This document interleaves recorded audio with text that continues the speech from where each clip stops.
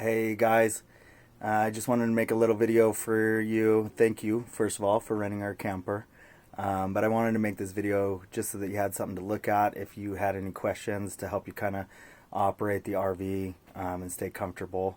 So it's not going to be very formal. Let me just start off here.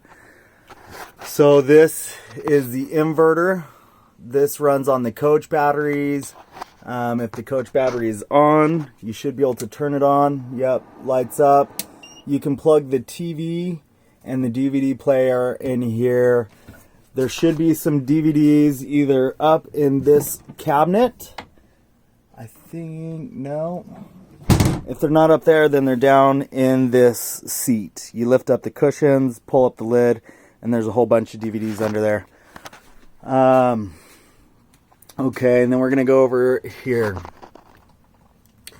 So this is your generator, the stop-start button.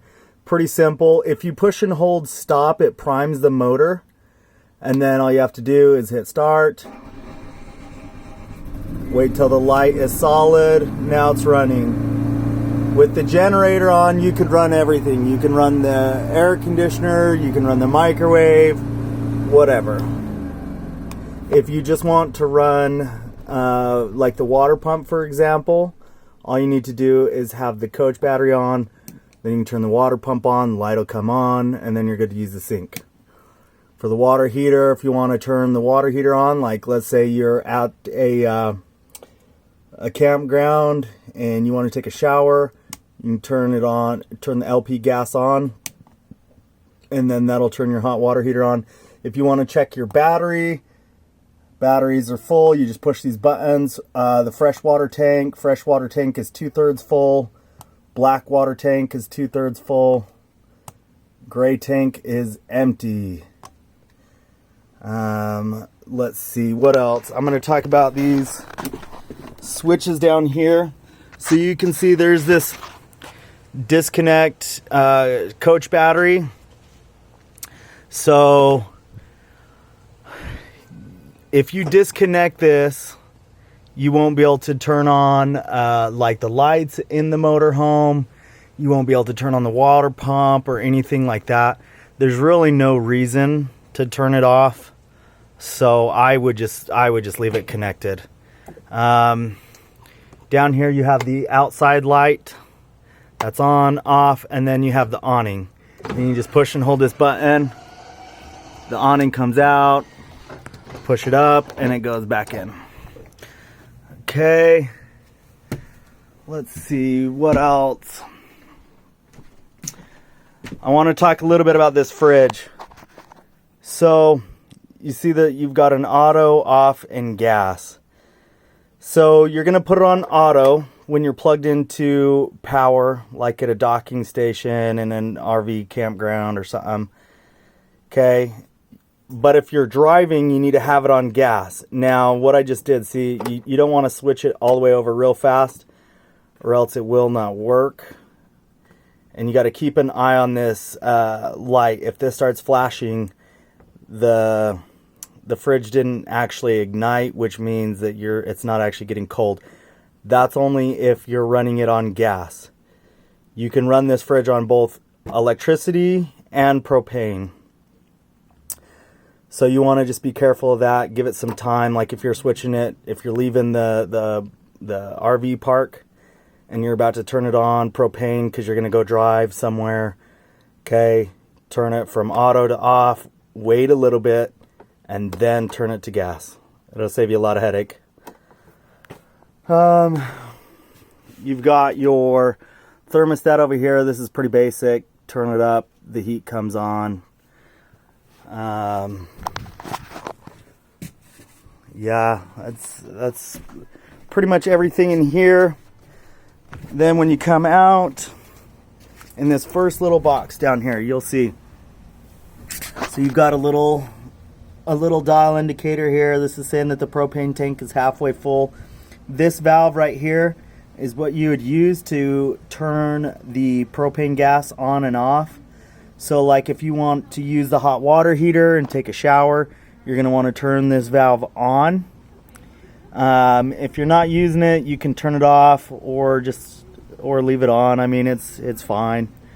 So yeah, so there's the propane tank. Then in here we just have storage. Pretty self-explanatory. Let's see here.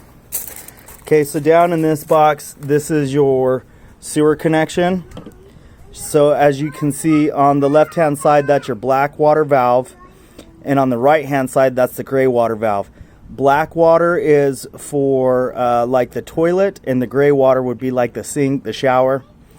Now typically what they say is that you don't want to leave those open the whole time, and mainly that's just to keep toilet paper from building up. Like, you want to keep some water and everything in the tank. And the sewage tank in the motorhome has enzymes in it that help break down all the waste. And so you'll want to keep a little bit of water in both those tanks and just drain them periodically. Okay, moving on.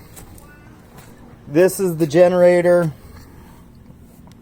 You can take this cover off, and all that really is in here, you're gonna find a dipstick if you need to check the oil for whatever reason. However, when you checked it out from us, we've already checked the oil. Let me see if I can take this off. This is being stubborn.